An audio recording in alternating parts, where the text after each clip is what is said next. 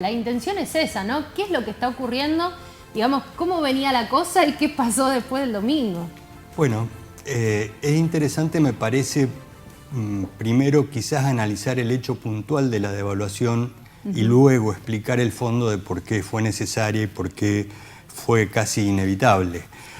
Por supuesto, esta devaluación del dólar oficial, acompañada por una disparada del dólar blue, es una consecuencia de muchas cosas que vienen pasando, pero repercute inmediatamente mucho más rápido en los precios que en otras ocasiones. Entonces, por ahí la gente pregunta, ¿por qué yo el pan que voy a comprar, si quizás no tiene ningún componente importado, por la subida del dólar a mí me sube? Bueno, lo que sucede es que hay un concepto equivocado. Si bien es cierto que la mayoría de las cadenas productivas tienen componentes importados, entonces una subida del dólar oficial, que es con el cual se hacen el comercio exterior, sube y entonces esos productos tienden a subir. Pero también hay que entenderlo del otro lado, del productor argentino. Es decir, si yo produzco harina, yerba, trigo, resulta que tenía un dólar el viernes de 290 dólar oficial. Supongamos que yo exportaba el kilo de yerba a $1 afuera. Entonces yo aquí recibía 290. Dejemos de lado las retenciones y todo eso. El lunes llevan el dólar oficial a 350. Entonces yo, para dejar mi producto en la Argentina, pretendo que me paguen por lo menos lo mismo que obtendría en el exterior. Entonces, eso de alguna manera explica que la subida de precios sea generalizada, es decir, no solo con los artículos que se producen con bienes importados, sino en la generalidad de los artículos. Bueno, y todo esto viene básicamente porque el gobierno, quizás con, digamos, loables intenciones, trata de mantener el dólar por debajo de su valor, que sería su valor de equilibrio normal, y mediante el cepo, mediante restricciones, logra ese objetivo por un tiempo, con el loable propósito de que no haya devaluación y por lo tanto no se devalúen nuestros salarios ni suban los precios. Lo que sucede es que esos mecanismos para evitar que los dólares se vayan, en realidad también impiden el ingreso de dólares. Entonces empieza a faltar oferta de dólares. Y entonces eso se refleja en el blue, que va incrementando la brecha con el oficial. Entonces, la incertidumbre propia de un proceso eleccionario, las consecuencias de no haber medido exactamente cuál iba a ser la consecuencia de la sequía en la falta de dólares, probablemente alguna imposición del Fondo Monetario Internacional que no quiere que sus dólares se utilicen para planchar el dólar, es decir, para vender dólares y contener el precio, sino que quiere que los 7.000 millones que teóricamente va a desembolsar ahora sean para pagar deuda de Argentina con el fondo, probablemente también haya jugado un rol en decir el lunes, bueno, hay que devaluar, no queda otro remedio y además hay que subir las tasas de interés. Ese mecanismo de enfriar la economía con tasas de interés alto tiene como objetivo que los pesos se queden en plazos fijos o en otras imposiciones en pesos y no se vayan al dólar. Desgraciadamente, digamos, como estamos en este proceso eleccionario y tenemos una gran incertidumbre, por lo menos hasta que se resuelva la elección general, es muy probable, incluso sería una señal de prudencia que el gobierno diga cómo va a transitar este camino.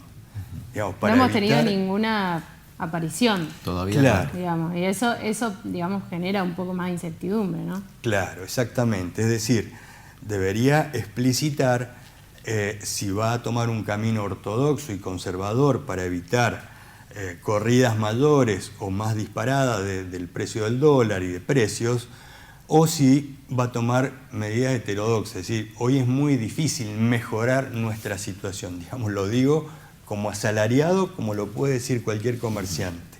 Lo más probable que tenga que hacer el gobierno es esas medidas ortodoxas, es que vamos a tener un dólar relativamente alto, que vamos a tener salarios bajos en dólares, que mediante este incremento de la tasa de interés se planche mucho la actividad, es decir, que entremos muy de lleno en una recesión, pero eso podría evitar males mayores si se toman otras medidas, digamos, no tradicionales. ¿Males mayores como cuáles? y que, digamos que... ¿Hiperinflación? Supongamos que el gobierno dice, bueno, para recomponer los salarios doy un aumento de emergencia de una suma fija. Eso va a retroalimentar el proceso inflacionario y difícilmente dentro de 2 meses estemos mejor que ahora.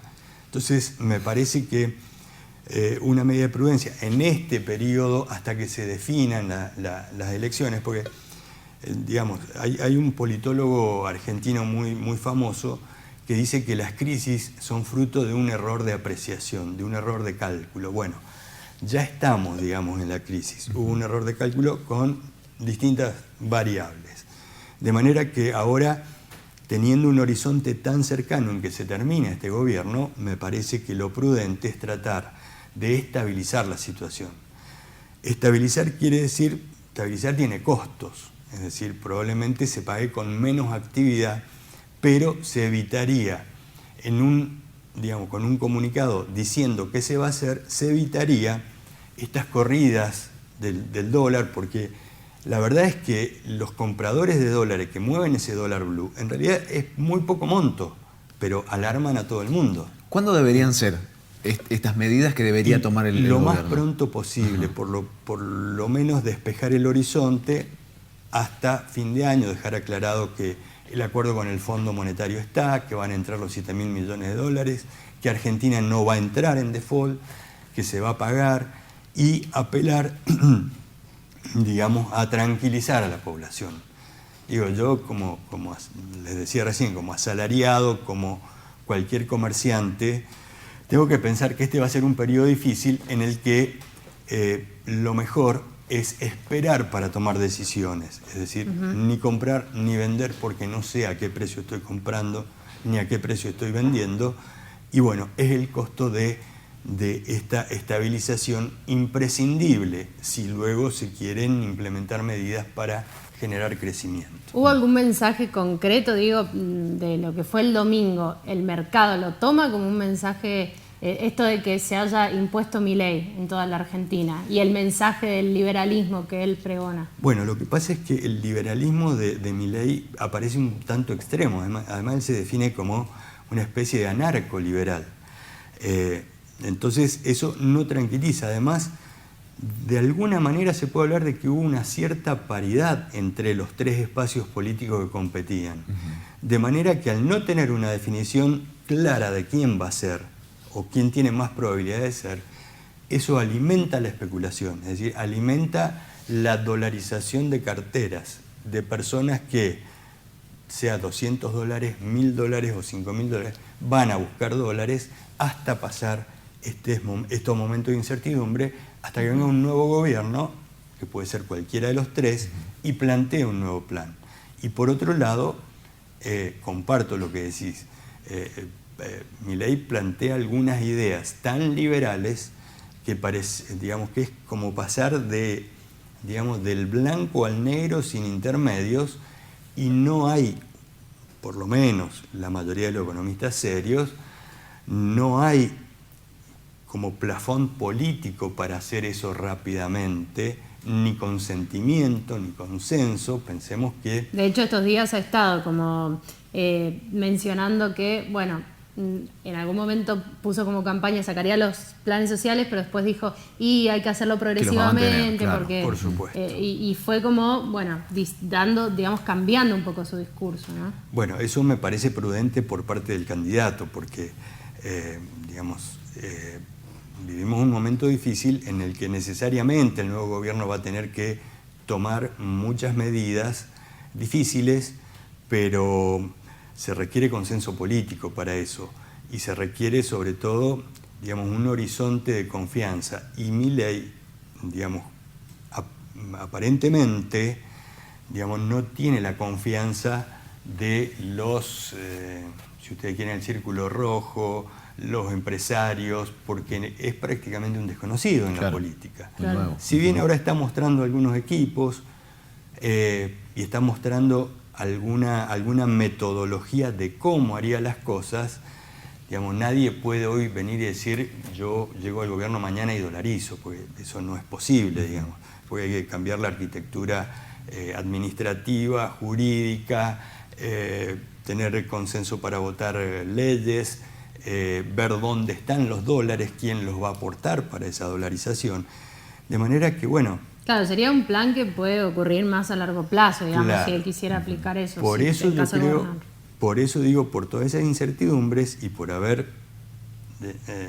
sacado un puntito más que sus competidores, me parece que generó más desconfianza. ¿La situación hubiera variado, hubiera sido distinto si ganaba otra persona, si ganaba Patricia Bullrich o si ganaba Massa? Yo creo que si se veía claramente que el fenómeno de Milei se había desinflado y aparecían como ganadores los dos, digamos, de alguna manera, políticos tradicionales y se encaminaban claramente a una primera vuelta y un balotaje entre Juntos por el Cambio y Unión por la Patria, me parece que los inversores hubieran estado más tranquilos, porque me parece que hay una comprensión de que todos están viendo que hay medidas imprescindibles que tomar y que independientemente de quién se haga cargo del gobierno, se requiere un plan de estabilización.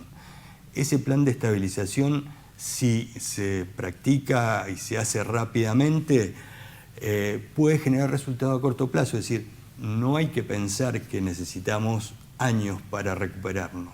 Si se lograr los equilibrios macroeconómicos mínimos, es decir, un dólar relativamente alto, un déficit cero, porque la Argentina no tiene a quién más pedirle prestado, y solucione ese problema con emisión que genera inflación, que es lo que está en el fondo, digamos, de toda esta crisis contenida que se va desatando en etapas.